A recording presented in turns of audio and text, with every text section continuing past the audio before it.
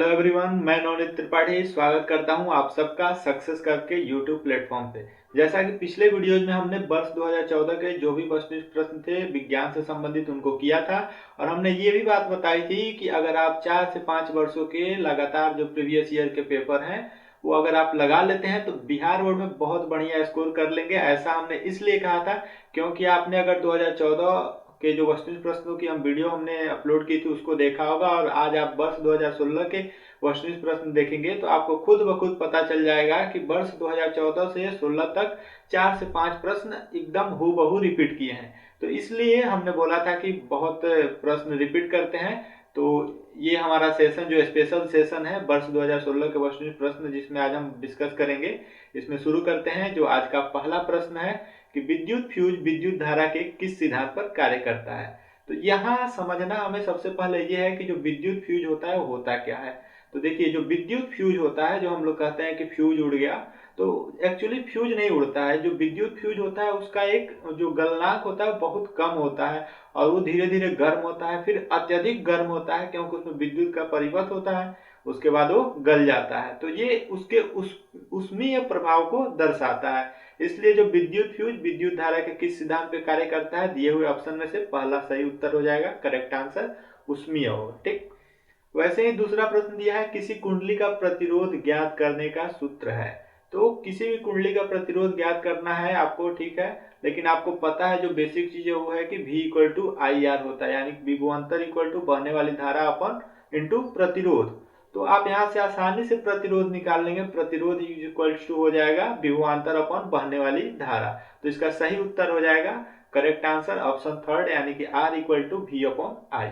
ठीक। वैसे ही अगला प्रश्न है कि बैटरी से किस प्रकार की धारा प्राप्त होती है। तो दिए हुए ऑप्शन में से डिस्ट प्रत्यावर्ती फर्स्ट और सेकंड दोनों, इनमें से कोई नहीं। तो वस्तुतः दो ही धाराएं होती हैं, डिस्ट और प्रत्यावर्ती, लेकिन ओम के नियम के अनुसार बैटरी चालू धारा में प्रवाहित होती है, इसलिए इसमें डायरेक्ट करंट यानी कि डिस्ट धारा का प्रवाह होता है। इसलिए इसका सही उत्तर हो जाएगा पहला ऑप्शन डिस्ट। ठीक। चौथा प्रश्न दिया है दाढ़ी बनाने में किस प्रकार के दर्पण का उपयोग किया जाता है। ऑप्शन है अवतल, उत्तल, समतल, इनमें से कोई नहीं।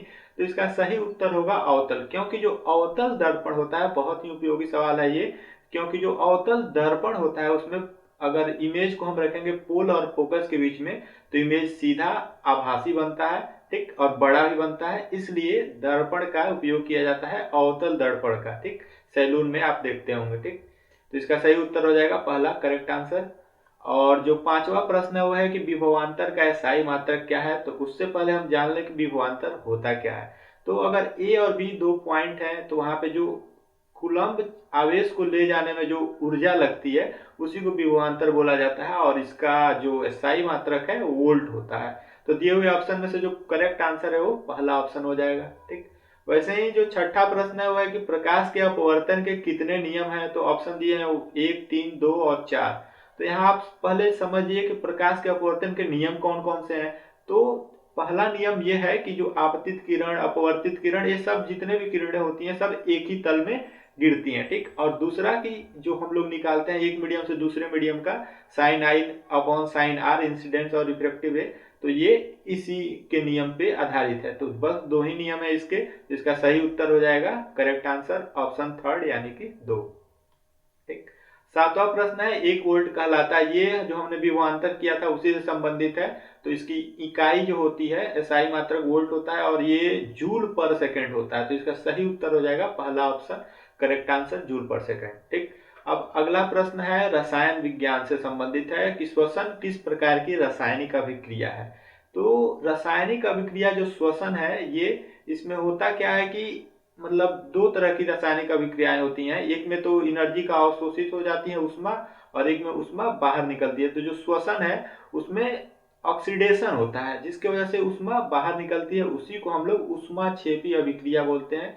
इसलिए इसका सही उत्तर हो जाएगा करेक्ट आंसर ऑप्शन सेकेंड।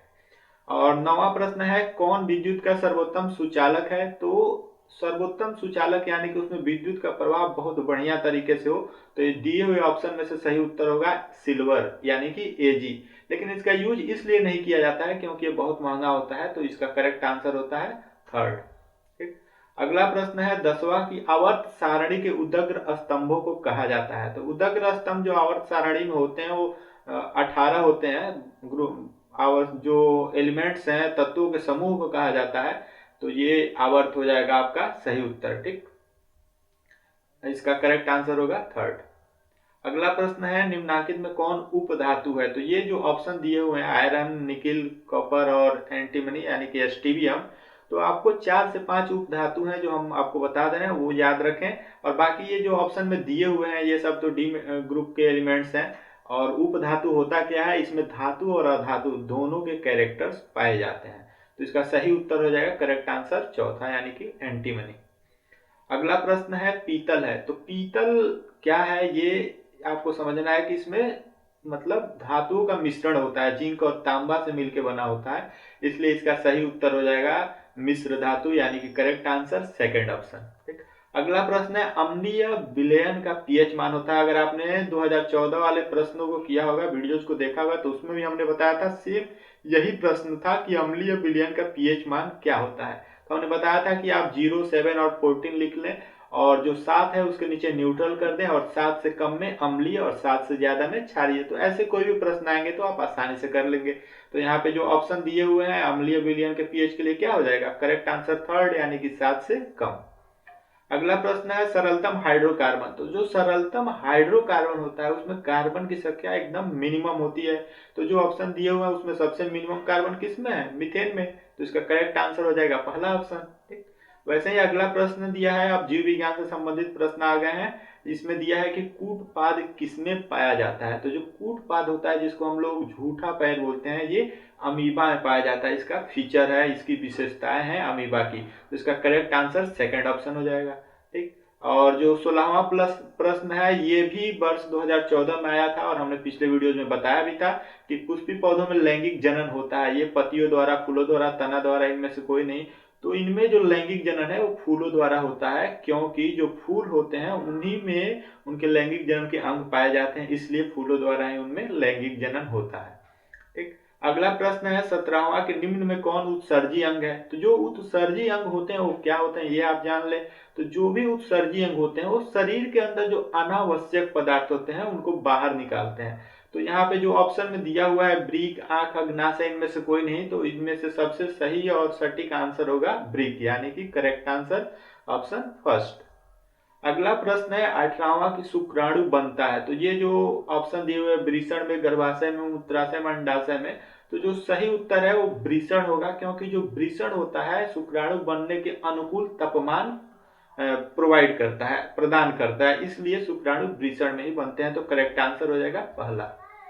और जो 19वां प्रश्न है कि निम्न में कौन प्राकृतिक संसाधन नहीं है। तो जो ऑप्शन दिए हुए हैं वायु, जल, मृदा, जीवधारी, तो आप आसानी से समझ लेंगे कि वायु, जल, मृदा ये सब क्या है, प्राकृतिक संसाधन है। और बाकी ये जीवधारी में से प्राकृतिक संसाधन नहीं है। तो करेक्ट आंसर इसका फोर्थ ऑप्शन हो जाएगा।